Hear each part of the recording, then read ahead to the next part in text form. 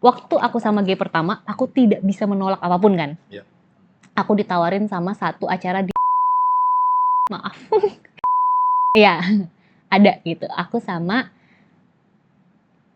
hostnya siapa sama siapa. Nah, waktu itu dibilangnya kita cuma ngobrol soal kepribadian kamu aja kok, kita ngobrol yang santai-santai. Iya. Dia bilang gitu. Terus aku kayak, oh oke gitu. Fine. Begitu datang, pertanyaan pertama adalah menurutku juga, menurut kami sih, anak tuh adalah gift. Oke. Jadi kayak pemberian Tuhan dan nggak semuanya dikasih juga kan. Iya. Kayak sekarang kita udah 6 tahun sama-sama dan belum dapet juga, dan kita juga ya nggak apa-apa juga. Mungkin ini caranya Tuhan buat bikin kita lebih kompak lagi. Iya. Mungkin dari mata Tuhan, Tuhan melihat kita belum siap.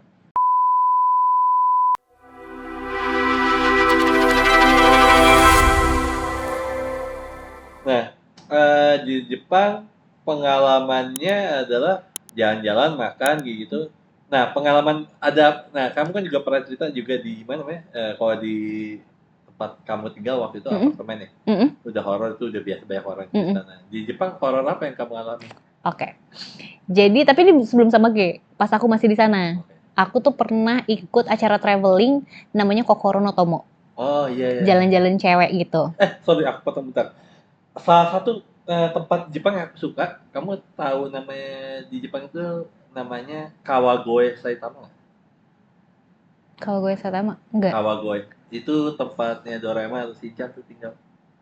Oh. Waktu itu aku karena kan kita kompetisi skating cari yang tempatnya murah kayak desa gitu, tapi desa juga enak ya. Enak, papaku dulu pengen banget tuh tinggal di sana kalau udah tua. Lanjut tentang horor. Terus jalan-jalan cewek Kokoro no Tomo itu kita ke Gero Onsen. Gero Onsen adalah tempat onsen tertua di Jepang. Oke. Jadi dia kayak satu wilayah. Itu dari zaman dulu samurai selalu di situ. Kalau onsen. Nah, kita ngineplah di hotel yang 1920 tuh udah ada tuh hotelnya. Jadi kebayang dong. Wonder tuh horor sih. Iya, klasik tapi tatami, tidurnya juga yang di lantai. Terus semuanya tuh warnanya merah atau hijau gitu loh lampunya. Kayak lampu zaman dulu banget. Iya. Paham. Anak kecil, Nora dong. Foto-foto lah. Foto-foto gitu kayak cekrek-cekrek gitu.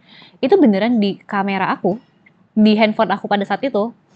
Di belakang tuh ada kaki, tapi rambutnya panjang banget. Gini aja. Cantik gak? Nggak kelihatan kan rambutnya panjang banget. Itu terus kayak langsung aku lari ke tempat kru, terus aku bilang kayak ini. Dan semua lihat. Akhirnya kita suruh hapus karena katanya bad luck. Kalau aku save itu fotonya, itu kan foto energi jelek ya katanya. Iya. Nah, baiknya jangan disimpan, baiknya dibuang. Akhirnya kita buang rame-rame, kita hapus. Itu lagi jalan sama teman-teman juga atau gimana? Cuma sama temen, enggak, sama tim dari Kokoro no Tomo itu. Tim syuting. Jadi semua tim syuting lihat tuh foto itu. Wow. Lumayan. Jadi apakah kamu bisa tidur? Pertanyaan aku adalah itu. Ketika kejadian itu. Lihat setan Jepang sih agak bangga ya sebenarnya. Daripada takutnya. Cuma akhirnya kita sekamar dibuat rame-rame. Jadi yang tadinya cewek cowoknya terpisah, kita gabungin tuh semuanya jadi satu kamar. Itu horor banget dong. Itu gimana? Tapi nggak ada yang takut juga. Kamu nggak takut juga atau gimana? Enggak, karena udah hororan rumah aku sih sebenarnya kan. Kalau ngomongin kayak lebih banyak kejadian horornya di rumah papa mama dibanding barang-barang apa sih yang apaan kamu apa? Ayah? Papa itu punya koleksi apa aja sih? Selain keris gitu. Papa tuh suka budaya dan sejarah. Jadi papa tuh punya keris, papa punya patung-patung, papa sofanya aja kata dari zaman Belanda, dicari-carinya kayak gitu tuh Kak. Itu serem banget makanya. Jadi di rumah sangat terbiasa kalau kita lagi duduk di sini, tiba-tiba ntar di depan kayak ada Kak gitu. Pas keluar nggak ada. Terus patung-patung, kalau misalnya kita di lantai 2, papa tuh punya patung 1000 monyet namanya. Jadi kayak patungnya tuh ukiran, terus semuanya tuh monyet gitu. Oke, pernah tahu. Kalau kita di lantai 2, entah kenapa di lantai 1 itu berisik banget. Berisik banget. Berisiknya kayak apa tuh? Kayak rame banget di bawah. Tapi nggak suara monyet kan? Seperti monyet ya, jadi kayak ngegeser lah. Nggak suara monyet. Enggak. Terus rumah kayak sempit. Kakak pernah ngalamin rumah sempit banget nggak? Iya. Kayak sesek. Nah itu kayak gitu. Maaf, serius. Serius. Terus ya teman-temanku dipukul tiba-tiba pas bangun. Ekstrim banget. Iya bener-bener sini merah. Sampai dia minta pulang malam itu juga. Terus ada juga temanku yang lain, ada kaca kan kayak di belakang kakak ada kaca kan. Terus Iya. tiba-tiba dia teriak kayak Keko gitu. Ada juga adekku sering banget digebrak-gebrak tempat tidurnya. Jadi sebenarnya setan di Jepang tidak ada apa-apanya dibanding setan di rumahku Makanya sih. kamu ngeliat setan di Jepang itu kayak ini hiburan buatku dan ini kayak lucu ya gitu ya. Wah ini bisa aku viralin nih harusnya. Cuma nggak boleh waktu itu orang Jepangnya bilang bad luck banget kalau kita nyimpen. Dan masa kalau kamu viralin hal itu atau kamu di zaman sekarang, nggak tahu ya kalau zaman dulu mungkin kalau di sana nggak tahu, aku nggak tahu kalau Jepang. Mungkin banyak orang yang datang kali ya ke tempat itu kalau ketahuan kali Malah ya. seru ya, malah semua orang Kalau pengen. di Indonesia kan malah ini banget. Lo tau gak sih zaman dulu banget rumah hantu Pondok Indah? Iya iya iya. Iya Iya. kan itu kan banyak banget orang-orang gitu kan yang malah jadi hiburan tau gak Malah sih? jadi diviralin, malah jadi ini Iya kan konten. Coba kalau setannya ada di sini pasti nggak mau. Gitu kan. Pasti lebih akses kan. Waktu itu tuh masih pakai handphone iPhone 4 apa 5. Nah, setelah itu, selama itu Kamu kayak jarang ganti handphone. jarang. Jarang. Apa yang bikin kamu jarang ganti handphone? Masih bagus, ngapain sih? Kamu itu tipe orang yang sifatnya memorial nggak sih? Kayak misalnya kayak misalnya gini, barang ini kayak punya memori sendiri atau gimana nggak sih? Tadinya enggak, sampai papahku enggak ada, semua yang berkaitan dengan papahku selalu aku simpen. Entah chat-chat lama, aku udah bilang kemarin pas aku ganti handphone, aku sampai bilang ke orangnya, sampai chat papahku kehapus, kena loh, gitu kayak gue bakal marah banget karena lo udah bilang dari awal ini nggak akan kehapus, WhatsApp masih bisa di backup. Nah, kayaknya setelah kehilangan kita jadi malah nge-save-in Posesif. semua sisa-sisa yang ada kan kak. Iya. Nah dia sih nggak, tadi nggak sama sekali. Kamu dari background dari keluarga yang seperti apa sih? Keluarga kecil isinya papa, mama, anak cowok, adekku, sama aku. Kita keluarga kecil berencana gitu loh yang kayak di poster-poster KB.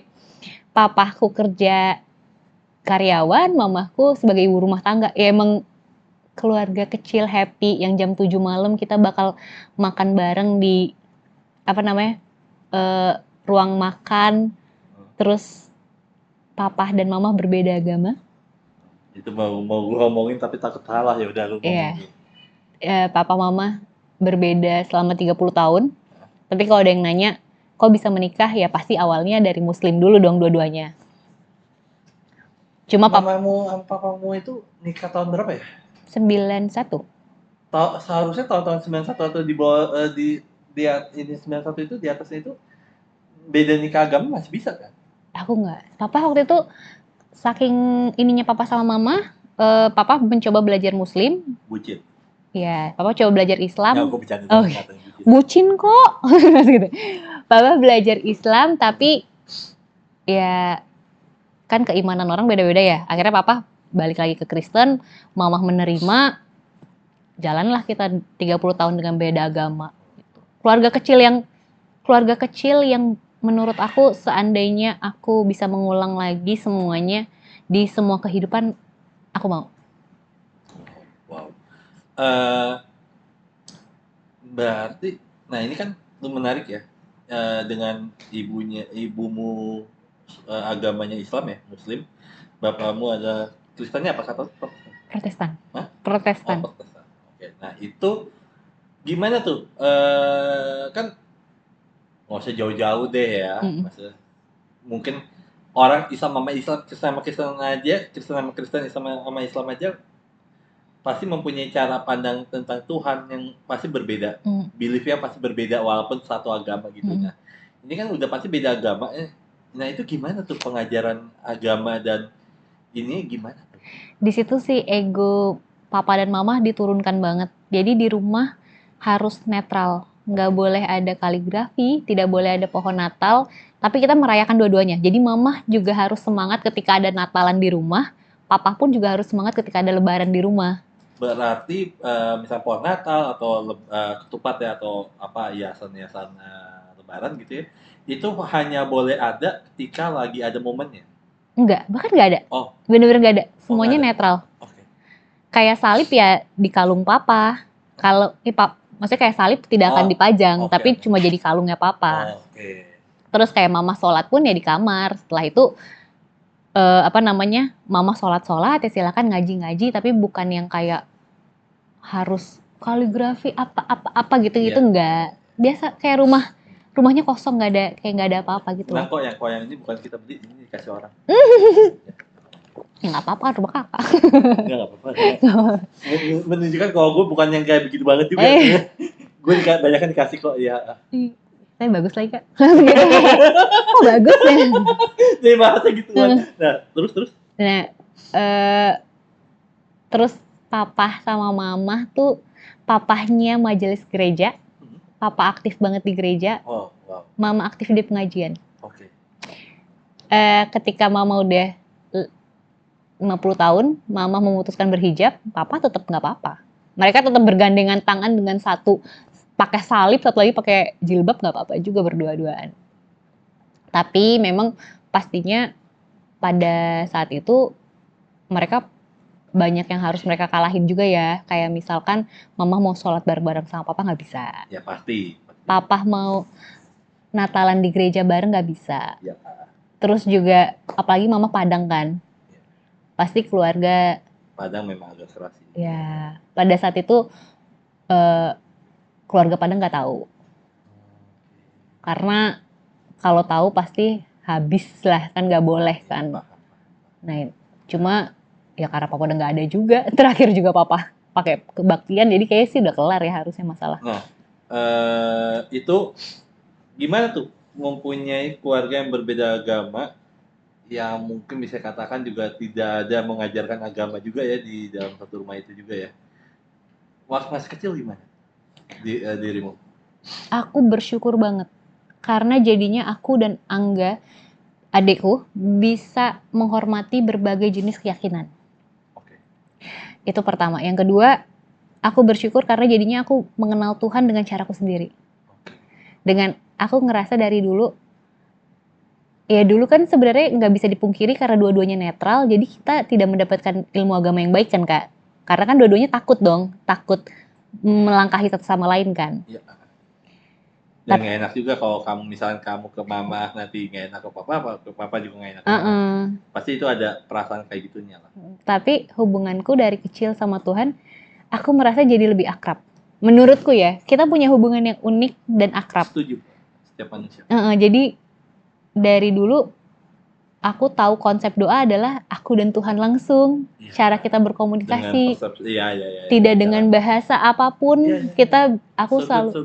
Aku bisa langsung, ya Tuhan aku pengen ini dan Tuhan menurutku selalu memberikan. Kalaupun enggak, tunggu waktunya bentar, aku jadi punya faith yang lebih. Kalau misalkan kayak belum dikabulin nih apa yang lo pengen, tapi lo tunggu aja, pasti bakal ada jawabannya dan selalu benar. Nah, kalau sekolah waktu itu berarti apa? Maksudnya ke sekolah negeri swasta? Swasta umum. Oh, umum, jadi yang banyak macam-macam agama. Nah, itu gimana tuh dirimu waktu itu? Pasti yang namanya SD atau apa pasti ya wajar lah. Agamamu apa dan sebagainya. Nah, itu gimana? On paper sih ikut papa. Oh, on paper. Itu kenapa pas aku udah mulai kenal pasangan, udah kenal yang namanya pacaran, aku pasti bilang sama papa kayak, "Pa, suatu saat kalau aku nikah, aku boleh nggak ikut suami aku? Karena aku bahagia banget nih di keluarga kita. Tapi aku tahu juga banyak yang papa korbanin, mama korbanin. Aku pengen, iya kita bisa upacaranya bersama gitu loh, Pa." Terus kata papa, nggak apa-apa, ikutin aja. Terserah. Toh menurut papa semua agama itu baik kok. Dan aku percaya semua agama itu baik. Jadi kita kayak ya udah ikut aja apapun yang suami kamu mau. Apapun yang suami kamu yakini. Mungkin boleh kali bahasa seliberal itu ya. Papa iya. Mama gimana? Mama sama. Mama juga ini sama. Juga. Mereka, papa dan mama nggak pernah aku pernah lihat pasangan yang berbeda agama dan saling tarik-menarik. Ya. Satu sama lain kayak saling Ya, mencoba. Soalnya kan karena apalagi anak ya, Heeh. anak kan jadi masalah tuh. Papa mama enggak. Bener-bener yang papa mama ajarkan adalah kebaikan, kasih, cinta. Terus semua yang baik-baik gitu loh, Kak. Kayak kamu mau sama agama apapun, teman-teman kamu harus sama, harus ini, harus saling menghormati. Kalau yang satu mau sholat, biarin aja dulu sholat. Satu mau ke gereja, ya udah ke gereja dulu gitu. Jadi aku selalu dapet yang bagus-bagusnya sih. Nah, akhirnya aku juga penasaran tuh. Kamu kan sempat ngomong tadi, aku lupa sebelum syuting atau pas lagi break, tentang pengalaman kamu mencari Tuhan atau pencarian tentang ketuhanan ya. Sebelum agama ketuhanan dulu. Nah, itu gimana tuh? Sebelum aku memutuskan waktu aku mencari Tuhan yakin setelah pas dengan keluarga yang berbeda agama seperti itu, kamu pasti juga mencari tentang Tuhan. Oh iya. Nah, itu gimana tuh pencariannya? Sebenarnya aku tuh nggak perlu nyari, tapi aku selalu tahu ada kekuatan terbesar di bumi ini yang lebih daripada manusia. Aku tahu ada satu energi besar yang bisa aku selalu curhatin, yang aku bisa memasrahkan hidupku sih, Kak. Nah, makin kesininya, aku tuh dari pengalaman pribadi. Selalu dari pengalaman pribadi. Aku tuh selalu berdoa. Maksudnya, apa ya, dulu namanya nggak doa ya berarti? Komunikasi gitu sama Tuhan kan? Karena kamu pasti, fase itu kamu mencari agama, bukan mencari Tuhan, mencari agama, mencari cara doa, pasti proses lah. Dan untungnya selalu dijawab. Jadi aku tidak komunikasi satu arah. Aku merasa selalu komunikasi dua arah. Contoh yang aku kayak ketika papa meninggal, papa malah memperkuat bahwa Tuhan itu ada, Kak. Kamu harus selalu berdoa dan mengakrabkan diri. Waktu papa meninggal, papa tuh pengen banget apa, Kak, dibakar? Reklamasi apa namanya? Kremasi. Sobat menurut gua. Papa pengen banget dikremasi. Aku bisa lihat dari surat wasiat papa. Jadi papa tuh membuat surat wasiat dari sebelum meninggal jauh. Tapi papa nggak bilang mau di mana kremasinya. Aku bingung dong, kayak di mana ya? Aku pasti pengennya yang terbaik aja.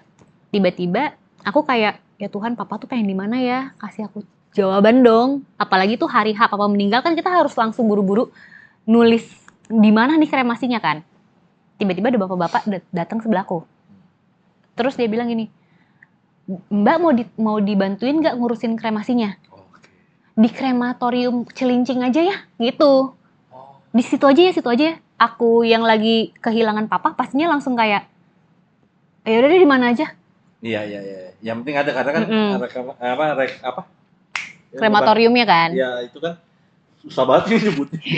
Enggak, maksudnya itu kan susah banget nyari tempat yang untuk bahasanya meninggal dengan cara dibakar itu susah. Kalau di Bali mungkin banyak kali ya, tapi kalau di Jakarta kan bener.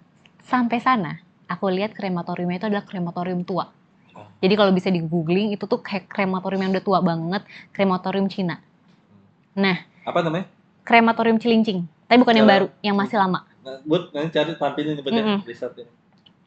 Sampai sana aku sedih.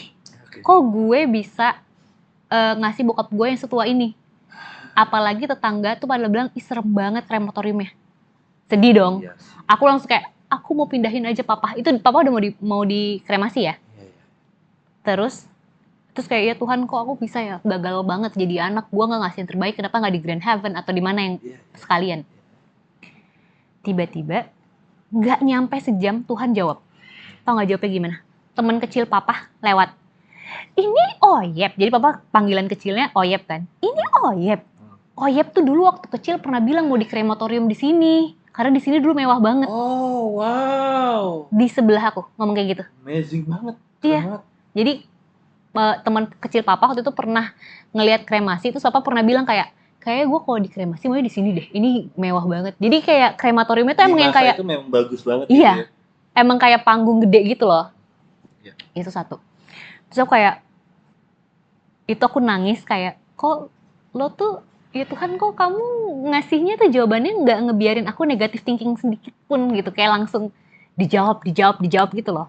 Dan sorry, itu Gini, aku juga masih belum dapat juga tuh ketika kamu berarti kamu sempat mengkritisi kayak gini nggak sih kayak hmm, Tuhan gue yang gue sembah siapa ya? Ngerti nggak sih lo? Ngerti nggak sih? Kayak gitu nggak sih?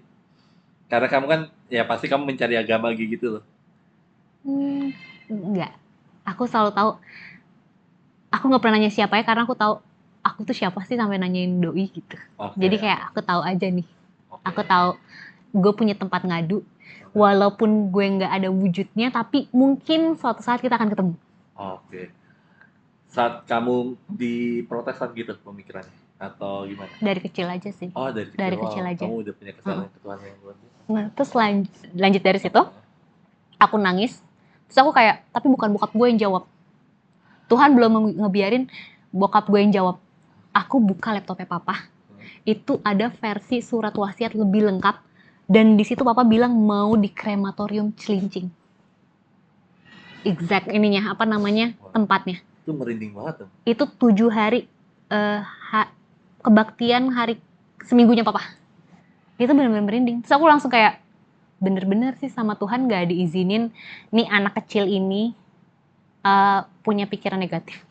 Nah itu salah satu dari sekian banyak contoh yang aku ngerasa emang kita tuh punya hubungan yang unik gitu. Sebelum aku menemukan yang namanya agama.